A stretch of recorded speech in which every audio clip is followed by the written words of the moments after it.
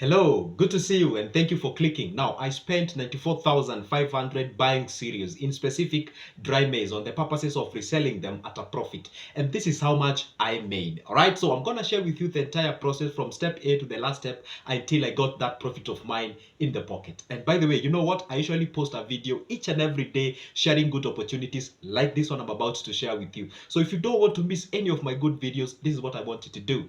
Just down below there on your right, there is a button written subscribe. It is free, doesn't cost you anything. Just hit that black button. Then on the left, there is a like button drawn like this. Hit those two magical buttons. And guess what happens? Whenever I upload a good new video, you forever be notified again. All right, so let's get into the business because I know you want to know exactly how I went about it. All right, so one thing that you should know with me on this channel is that I always share opportunities, and whenever I see an opportunity, I never let it pass without me grabbing it. So I saw an opportunity somewhere that there was an availability of dry maize. Of course, I had some connection with some people who are usually buy that thing, and I've been asking them and trying to tell them, hey, you know what, guys, whenever an opportunity opens up, you guys share with me. I put something and I get something at the end of the day. And guess what? Yeah, it was my time, and they shared with me, and this is how I went about it. All right, so specifically, I got a maize, dry maize one, and I actually went ahead and buy some couple of bags. This is how it went by. All right, so first of all, you need transport to get that maize from wherever the place it is. Of course, it was from a farmer, and then to the whatever the place that you want to take them. All right, so first of all, you need a transport, and again, you need the buying price, or you need the money to buy that specific bag. So at that particular place, because it was a little bit interior, we were buying that a single bag at 5,100, of course, and again, the transport cost was around 1,150 per bag. All right, so basically it's like I was buying that specific bag at around 5,250 shillings. All right, so I had a lot of money. So this was the buying price of the maize. It was around 91,800 for the 18 bags. Actually, for myself, I bought 18 bags. There were some people who are arming themselves with buying a lot of them, but anyway, you buy what you can afford at that particular point. All right, and that was the money that I was ready to risk.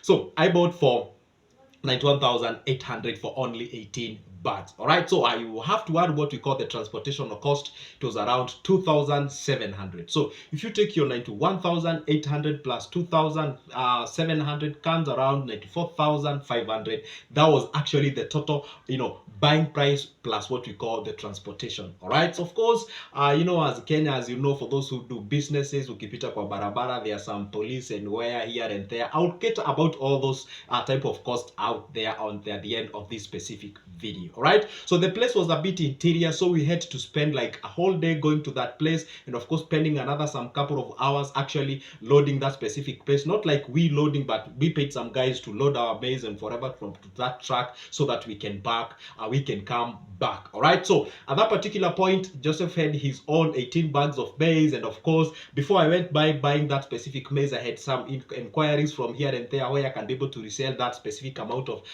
bags in terms of maize, and then so that I can get a profit. So I had a clue of exactly how much I'm gonna make. But again, this is it. We bought our maize, we come back, and of course I do not have a store. Honestly speaking, I don't have a place where I can store all this maize. So I had to think of a place whereby I can rent to keep this maize.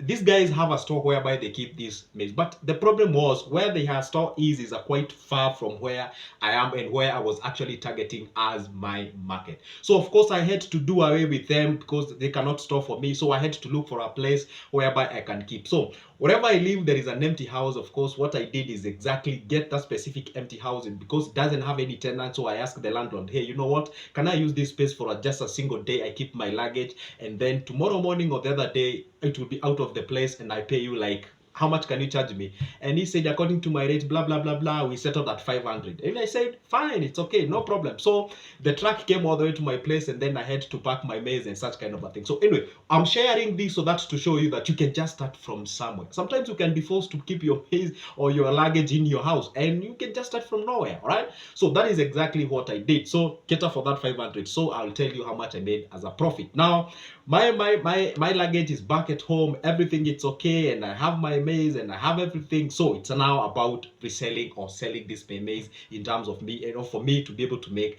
a profit. No, this is what I did.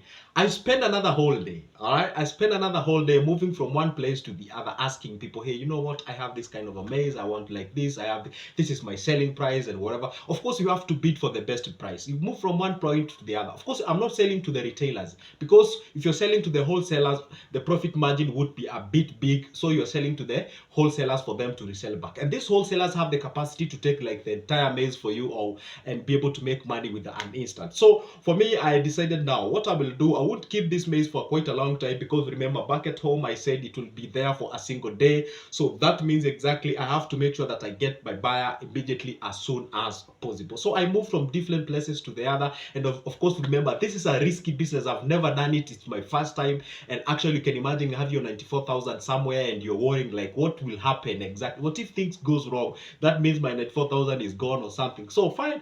For me, I'm always positive minded and positive oriented. I know if you do not risk, you cannot be able to get money. All right. So I went ahead and looked for a place, and actually, good luck. I will say yes, I got a good profit, or rather I got a good deal, and I said yeah for it. And I said this: if you're gonna give me at that particular price, then it means you have to cater for your own transport. And we made a deal, and we shook hands, and we said fine, let's go ahead and do the deal. So this is it.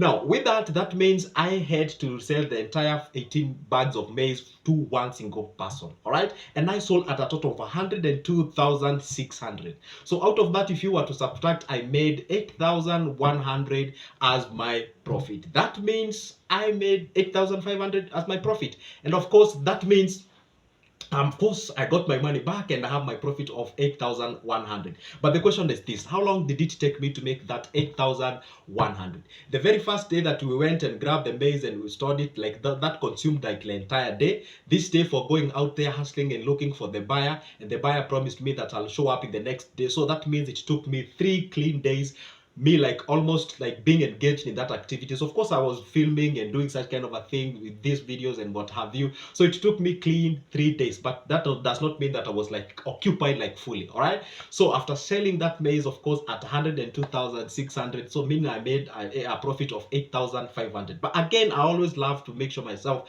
I understand how much I made as a profit in a single day. So if you were to divide 8,100 in a single day in terms of 3 days, then I made like 2,700. And for me, that's a good rate. Honestly speaking, that's a very good amount of money, because let's say if I was to take that entire money, like 9,000, 94,000 and something, and put it in a money market fund, that could have made me, okay, let's make it simple. If I put like 100,000 in money market fund, that would have made me like, if I got the best rate of 9.8%, that would have made me 9,800 in an entire year. Maybe, and then that's without Nini. I've not subtracted the tax. If I were to remove the tax there, that means I could have gotten around 7,500 in an entire year. But you see, now that is when the money working for you, and this one is a business. You see, business, you have to be engaged, but this one is money working for you. So at this particular point, I was working for the money. All right, I got what we call the capital gain. All right, so when you buy a product and it's at a profit, it's usually called a capital gain. So anyway, so I made a profit of 2,700 each and every single day. So I got my money back, I got my profit, and then maybe I can just decide either to proceed with that whenever I get a new opportunity. But again, you have to understand such an occasion is not always available or something of sort. So that basically means I sold my bag at 5,700. If you were to do your own mathematics, I sold my bag at 5,700, meaning I was getting a profit of 450 shillings each and every bag. So 450 shillings multiplied by 18, then it gives you 8,100. That was my profit, and I was kind of okay with it, because I mean, after all, if my money was to stay in a bank, then I could have not made anything. So that is exactly what you do when it comes to businesses. So this is how I made. Because you might say like, okay, fine, Joseph, you did so because you had some connection and something. No, I had no connection. What I did exactly is that I used to see these guys usually buying those kind of things, and I was like, fine, why about if I grab this opportunity and ask them, hey, you know what, guys, next time when you get an opportunity, how about you share with me, and perhaps I can make something out of it. So I've been pushing up, but they were just reluctant, because at the end of the day, you have to understand, when it comes to business, there is something called jealousy or something of sort. So I've been asking them, and one day they told me, hey, Joseph, you've been telling us that you would like to get into this and you would like to get some profit. And they told me, hey, you know what? Provided you're ready to pay for the transport, here we are. We can go with you and you can grab as much as you want. And I said, well, to hell with it. So I went ahead and bought that thing and started the business. So anyway, well, if I do have plans to continue with the business, well, as of now, I do not have any answer for that. But if it shows up to be a good business, then I can just go ahead and do that specific business. What's the point of me sharing all this information? This is the point. The point is, make sure that at all of the time, just look at the people who surround you. What do they do? What can you be able to gain from them? Talk to them. Tell them that you'd like to do something here and there. Talk, try to, okay, I know it may be a bit hard, but try to actually ask them if they can help you in doing one thing or the other. Because if you remain there at your comfort zone with some few cash, then that one can get yourself into problems. So one thing I always tell people is this: maybe you have your like 10K. There's your fellow mamas, they usually go somewhere and buy vegetables and sell. How about if you ask them where do they go and how do they get it? And if they actually kind of refuse to tell you, just use your own intelligence to actually get the answer and get started with that. Maybe you have like your 100K, 200K. And I remember, by the way, before I end this video, I remember there was a time I used to also to as well buy what do we call them, goats. Yeah, there were some guys of my friends of mine back when I was in campus. They used to see them going to places called like Nanyuki, not Nanyuki, what do you call it, like Kipia and Marigat, Maralan and whatever. And I used to ask them, hey, you know what, guys, can you show me how you guys go about it? Because I used to see them with a big truck going and grab some few goats, and I used to tell them, hey, you know what, guys, how about you share me with this opportunity, and maybe have like a couple of thousand, like 10 of them, and then go grab some few goats, and you get the point. So you keep on talking to people, try to seduce them, even if it means you buying them a coffee, being there. This is Kenya, you know what I mean, huh? So it's good to make sure that at least you talk to people, because I always say your network is always your network. If you remain there, in a denial state, you don't even want to jog your mind, at the end of the day, you won't be able to make something. So as I speak, so got my 8,100 somewhere, the money that I never had, and I learned something. I actually knew where they usually go, and I've not some nitty gritties here and there if I was to do that business on my own. So I have some couple of information about it. So this is the challenge. Okay, the challenge is this: if you have something out there, you got some friends who do something, and you know very well they can be able to share with you, even if it's a little information. Just go about, ask them, request and tell them, hey, but guys, I would like you to show me exactly how you go about it, so that at least I can also gain something. And by the way, I promise you, I won't be a competition to you. I'll be able to sell my very far, and I'm actually looking for my own market, because at the end of the day, you have to differentiate this. This is a business, and they might be a bit, a little bit reluctant in sharing this information. So, well, that's my video, or rather, that's my information. So you can just go ahead and do that specific thing. Well, it was quite risky, but one thing you're supposed to understand in life, you have to be, a risk taker, but of course a calculated one. Of course, I knew, I had some ideas, what if things went like this? So I knew very well, at the end of the day, I cannot lose my money like entirely. So I had some you have to have what we call exit plans and such kind of a thing. So anyway, enough with all the information. So my name is Joseph. Talk about money, talk about investment, and opportunities that I see there, I share on this video. If you managed to watch this video up to this particular end, I just want to say thank you very much. Make sure that you hit this subscription button, you hit the like button, comment down below kindly, and share with me the information, or maybe how have you ever risked your money, and how exactly, and how do you think about that business idea, and how is it? And by the way, if you have a business idea with you out there, how about you share with us so that you can learn a lesson? And if you do not, yes, I have them in booklets. You can grab my booklets.